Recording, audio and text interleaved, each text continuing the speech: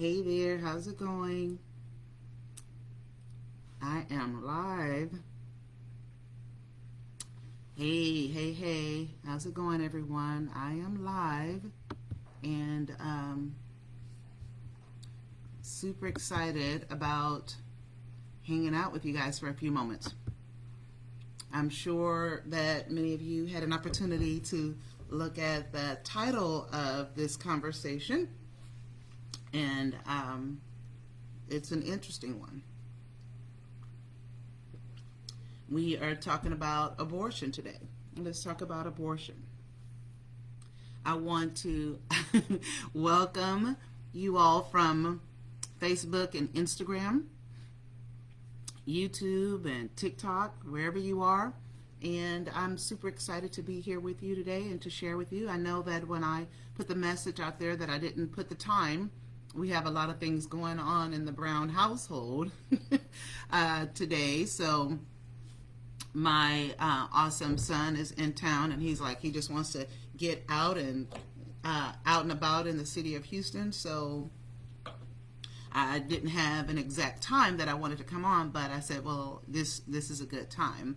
And you know, I really pray that you guys are having a fantastic day today, and I pray that you are at peace and experiencing love and joy, and you're walking in God's unmerited favor today. When we get a chance to hang out with my family, we have such a good time. And my prayer is that you guys will get an opportunity to experience the message of hope. And then I get to go out and have some fun with my kids. And we asked Mr. Brown, would he go to escape the room with us? And he's like, because he's so smart, we're all chicken or whatnot. But he's so smart, if there's ever a situation, we trust that he can get us out of the situation. But he's been working on his shed, and that has been just, I say shed, but to be perfectly honest, it's a house. He's in the midst of building another house in the backyard. But just kidding, HOA, just kidding, it's a shed. But guys, there's a, as I mentioned, I'm gonna talk briefly to you about abortion, but from my story and vantage point. There's a lot of things going on around the world, and I personally usually don't take any political or religious stance online regarding anything, a hot topic that is going on in the government, that's going on with pop culture, that's going on in America, across the country, or wherever. Why? Because I don't want to. Why? Because there are too many various opinions. Why? Because it's difficult to have an opinion about something without people freaking out about your opinion about it.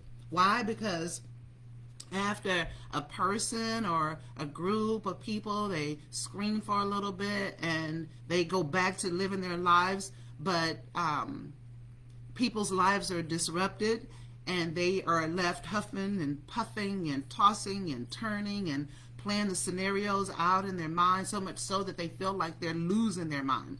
And if you see me going back and forth, it's because I'm on different platforms, okay, with my eyes. But I prefer to stay in, I would prefer my space to be positive. I prefer positive energy in my space. I don't know about you, but I like to have positivity around me. So I'm not on the news. I'm not on all the different platforms talking about what he say, she say, we should all come together, kumbaya. I only move by what I believe I'm supposed to be speaking about at the moment, and then go from there. And I also, my other why is because I've lived long enough to see and understand that there are cycles, and that within those cycles, the perspectives have a tendency to shift, right? But with this topic, I felt compelled to share with you my story. With that in mind, I'm gonna just kind of go out of my comfort zone in hopes that my story would shine a light on a perspective, encourage open conversations, and prayerfully somebody's heart will be healed. And I want you guys to also know that I don't want to bully anybody into seeing my point of view, because my point of view is based on my vantage point, and that is strictly my experience, right? It's like you can't coach or talk with anyone about a topic seriously and with vigor unless you've experienced it in some shape or form. Would you guys agree with that? And if you have no experience in an area, you may want to open up your ears so that you can hear clearer and then come to your own conclusions. And guys, I just want to thank you for supporting what we do here by picking up your signed copy of Get Up You Big Fat Procrastinator and getting yourself some of our merchandise on our website at LetitiaBrown.com. You can safely and securely order our products there at LetitiaBrown.com. And because of your support, we're able to carry this message of hope across the globe. I choose me, as you guys have heard me say over the years, not over the years, over the months. I've been doing this for a long time, but over the months, that I choose me is about creating a lifestyle of balance for yourself by choosing to be emotionally, mentally, physically, spiritually, and financially healthy first, so that you can be of service to others. And remember that you matter, and it's okay for you to take care of yourself first so that you can effectively take care of other people, right? And the flight attendant reminds us that in case of an emergency, you need to make sure that you're buckled up and you put your face mask on first, and then you can help your loved ones. And that's what it's all about, taking care of you first so that you can properly and happily serve others effectively. And as you jump on, guys, shoot me some hearts and some likes, and share this message so that others have an opportunity to experience a message of hope.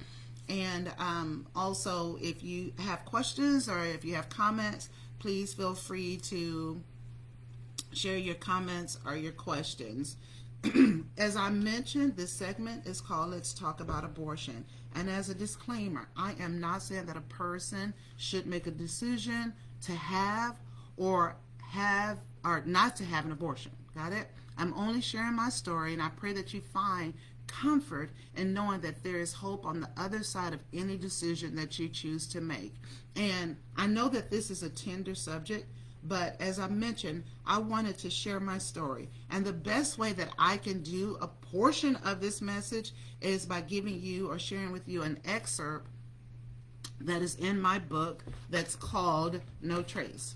So my book, No Trace, is my story, my secret, my pain, and my victory. And in the book,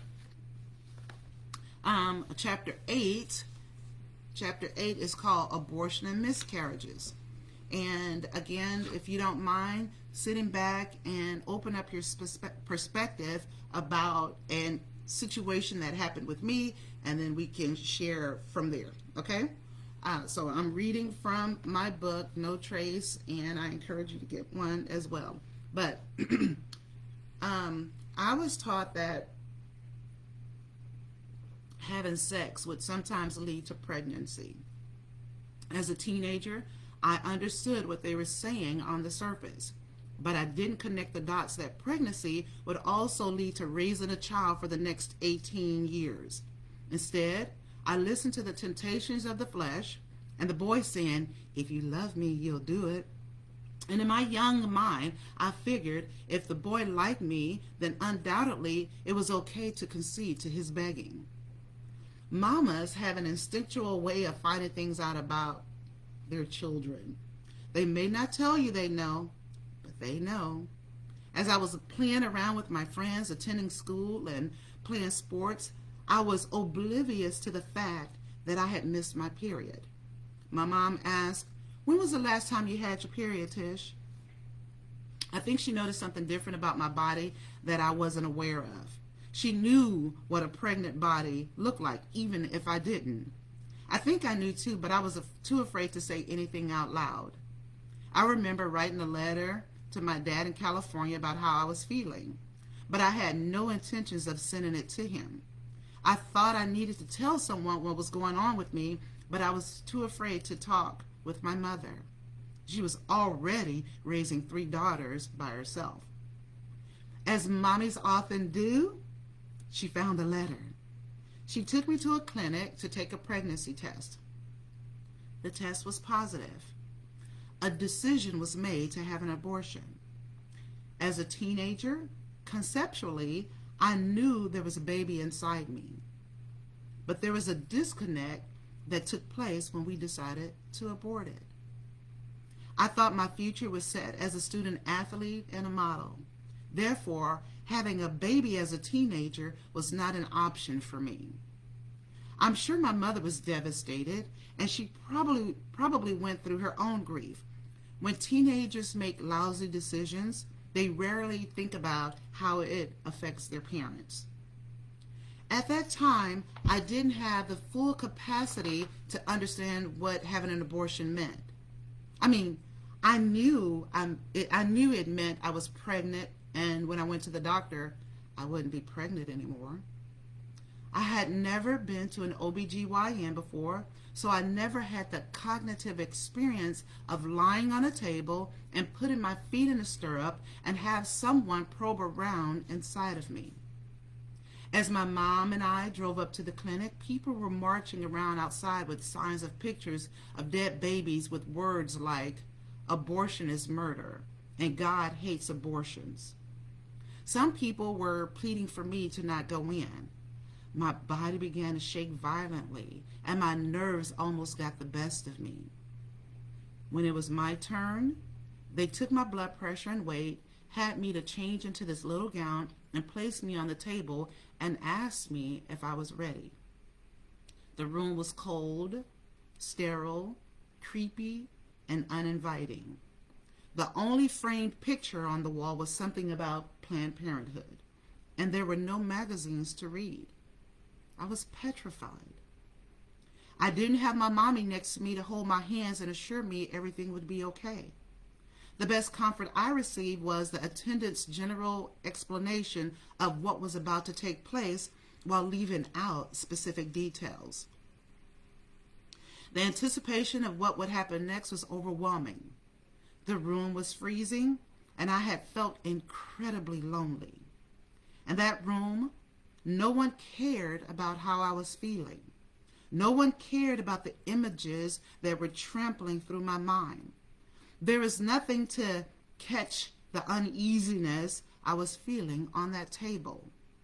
I swear I could hear my heartbeat banging in my ears, threatening to come out of my chest. I jumped slightly when the machine turned on. I held my breath when they said, "Spread your legs."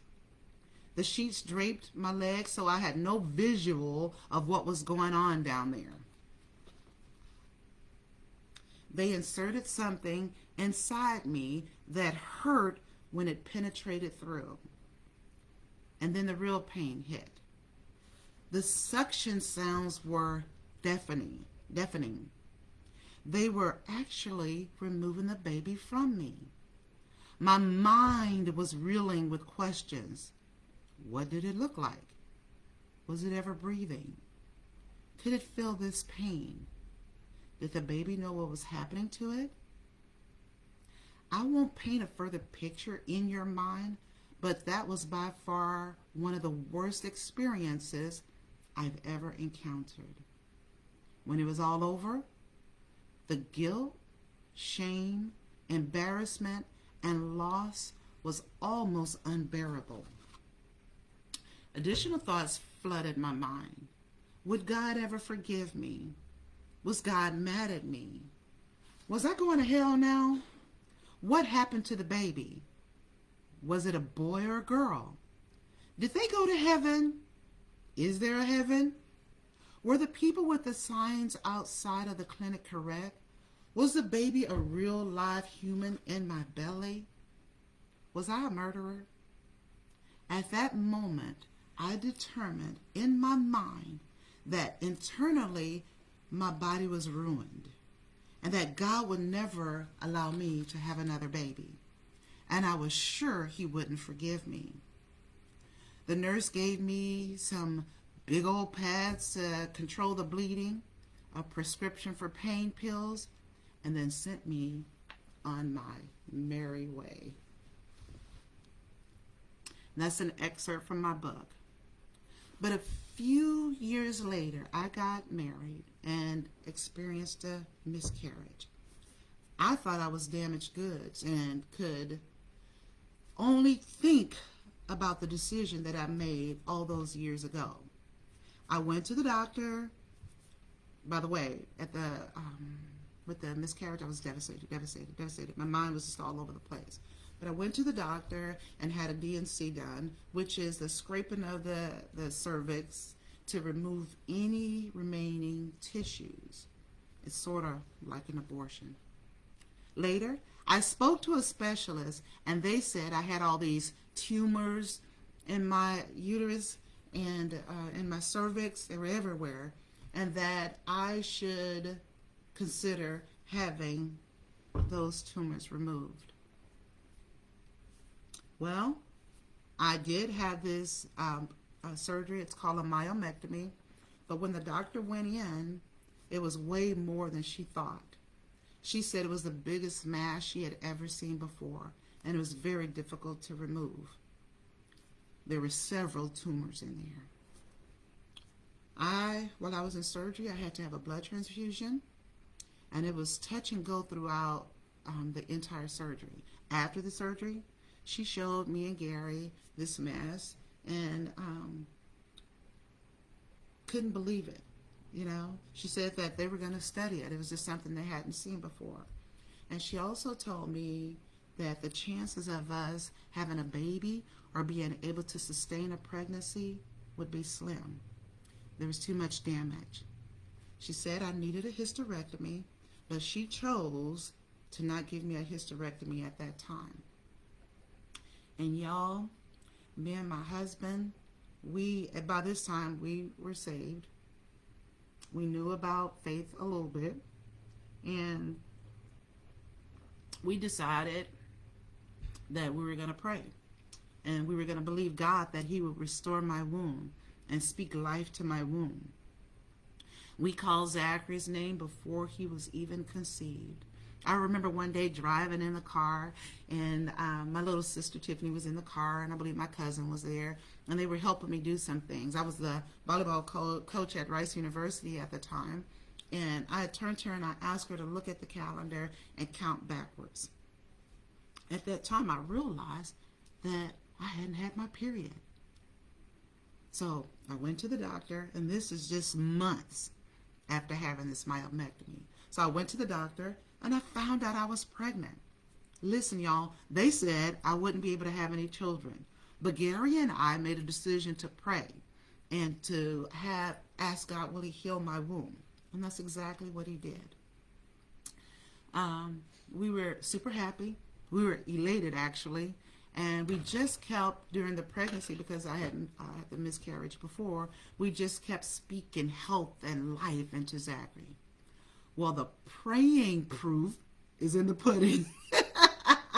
We have two beautiful children, y'all.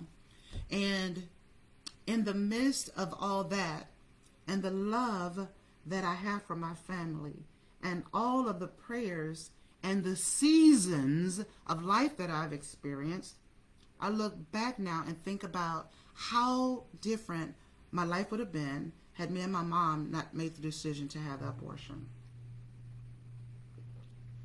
Even though I am grateful for my beautiful children, I'm glad for the restoration. Again, I had to ask myself the question, like right now, years ago, what would my life have looked like had I not made a decision to have abortion? I wouldn't have received a full scholarship to play ball at U of H. At the time when I had the abortion, I was in grade 10. And at that age, teams were already asking about me coming to play basketball for them. I wouldn't have met my handsome husband. I would not have these beautiful children had I not had the abortion. I would not have had an opportunity to coach hundreds of girls over the past 30 years. I wouldn't have these beautiful relationships that I have with people and other experiences that I've gone through had I not had the abortion. And I dare say I would not be talking to you right now had I not had the abortion. Now, I know the decision that I made did not catch God off guard. You know what I mean? It did not catch him it didn't catch him off guard. He wasn't thrown because of the decision that I made. Got it? He knows the end from the beginning. He knows the good, bad, and the ugly. And I also know that not one of us can say what we would do if we're in a similar situation. You know what I mean? I would like to say that as a person that believes in life, I wonder what decision would I have made as a mother if my daughter was faced with the same situation that I was in years ago. I don't have a clue. I don't have a clue. Thankfully, I wasn't faced with that situation, but I don't have a clue. And you probably won't have a clue either. You might say that you're going to do something, but you never know unless you're in that situation. And if someone were to come to me right now and ask me today, what should they do or should not do? I don't know if I'd be able to tell them. I don't know what I would say. Because every situation is different, you know? I can share my story and my perspective, but they're the ones that's going to have to live that life out for themselves. You know what I mean? And I would not share with them what the Bible says about it, unless they ask, what does the Word of God say about abortion? What does the Word of God say about X, Y, and Z? I can't give my full opinion about this subject scripturally because it's one of the toughest questions out there. I just can't do it. But I know what I would do now. Got it? Because of my experiences, because of living life. You know what I mean? But here's the thing. Although I had an idea of what pregnancy meant and what abortion meant and what sex meant, I still wish that I would have had a more candid conversation with my parents.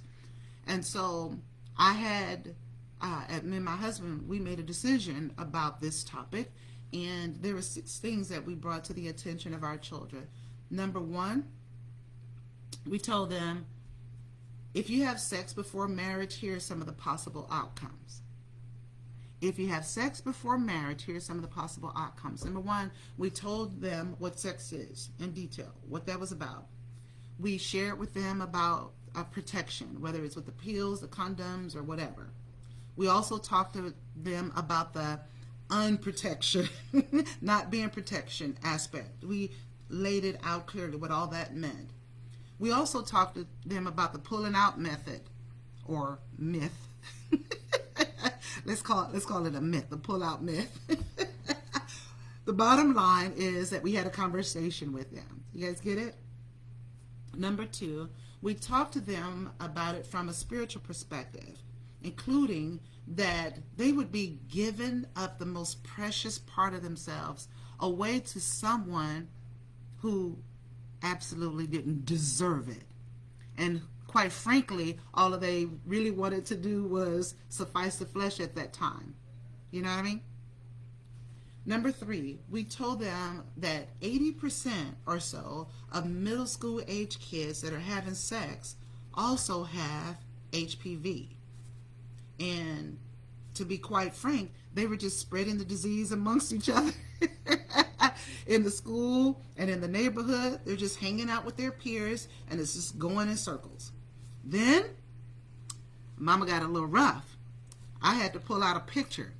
I showed my children a picture of what genital warts look like. I used the scare tactic on that one. I used the informative method, and I also used the scare tactic, because sometimes you can say things to kids all day long and they hear you but don't understand it. My mama shared with me, I heard it but didn't have a full understanding of, what takes place. 4th, then I grabbed this picture of a girl that was pregnant, and on the fridge, I placed that picture on the fridge, and the caption read, it was a pregnant girl, she was way out there, just a little teenage girl, grounded for the next 18 years. That was a caption. So on my refrigerator, I, as a parent, chose to put that picture of a pregnant girl so that they understand that this, having a kid as a teenager or any other was like being grounded for 18 years, because you wouldn't be able to do the same things that you would be able to do if had you not been pregnant. You understand?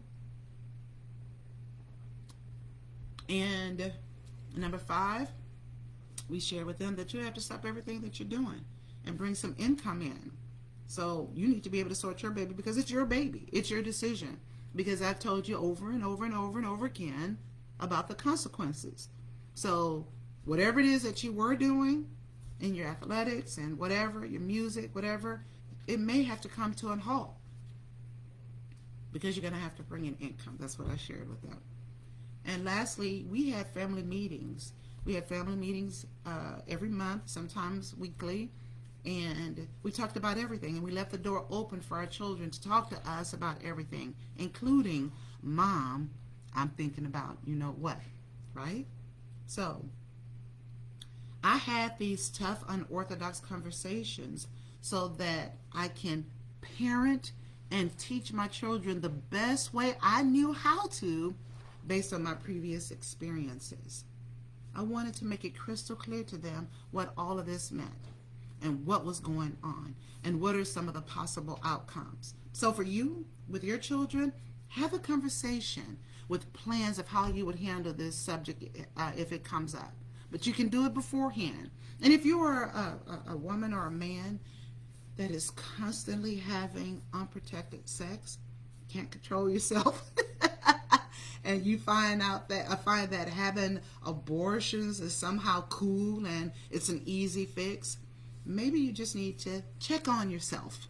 Do a self-awareness check.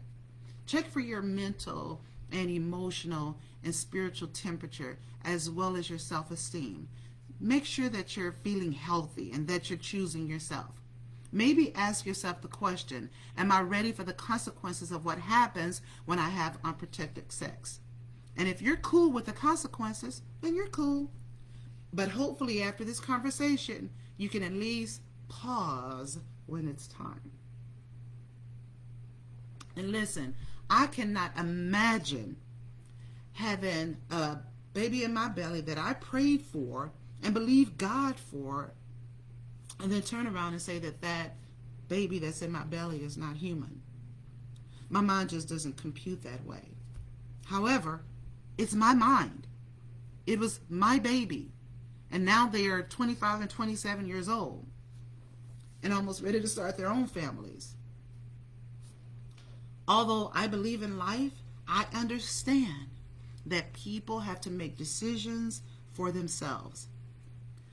I understand, and I'm sure you do too, that the choices you make change the trajectory of your life forever. And you can't possibly fathom what your future would look like in that regard. You just don't know. Just don't know. I don't know what my future would have looked like. I can only say that based on my experiences, where I am now, that the decision that I made as a teenager, the decision I made as a teenager is a decision that was extremely difficult, and it was painful, but it's a decision that I made. I can't ever say what's in the heart or the life of a woman or man about the choice of having an abortion. Of course, you can't ever say what you do until you're faced with that situation. You know what I'm talking about? We have to live with the choices that we make, good, evil, righteous, or indifferent. For me, I'm no longer embarrassed by my choices that I made years ago. I'm free from guilt. I'm free from shame. I'm free from anger. And I refuse to put those emotions on me again. And as much as I value life now and respect righteousness, my life would have been much different had I chose to have that baby as a teenager. You know what I'm talking about? Therefore, I choose not to judge anyone else's decisions, you know? Until you're ready to step into another person's shoes, when it's time to make tough choices, please be quiet. Don't judge. Don't judge, lest you be judged, according to Matthew 7:1 and 2. Don't try to take the speck out of someone else's eye when you can't even remove the beam that is in your eye. We all have these beams that we wish we can get rid of. We can remove them and sweep them under the rug. But remember, it's those beams that have helped shape our future. And for as far as we're concerned, they help build our character, those beams. You know what I mean? So, through my poor choices, I've gained wisdom, perspective, and strategies for future decisions. I'm thankful to God, grateful for anything and everything that has happened to me over these years, and I'm really happy to be at peace concerning my decision as a teenager. And I want to thank you, Father God, for blessing those people that have to make these tough choices. Give them wisdom, guidance, and understanding. Bless and comfort them today, Father, and let them know you'll always be there with them, even to the ends of the earth. Be with them as they have to make tough decisions. Be with them as they have to coach others into making tough decisions. I pray, Father, that you'd bless the hearer of this message. Guys, I'm super excited that we had an opportunity to discuss this. I hope there's something that I said that will bless you. I encourage you to pick up my book, No Trace. It can be found at LetitiaBrown.com.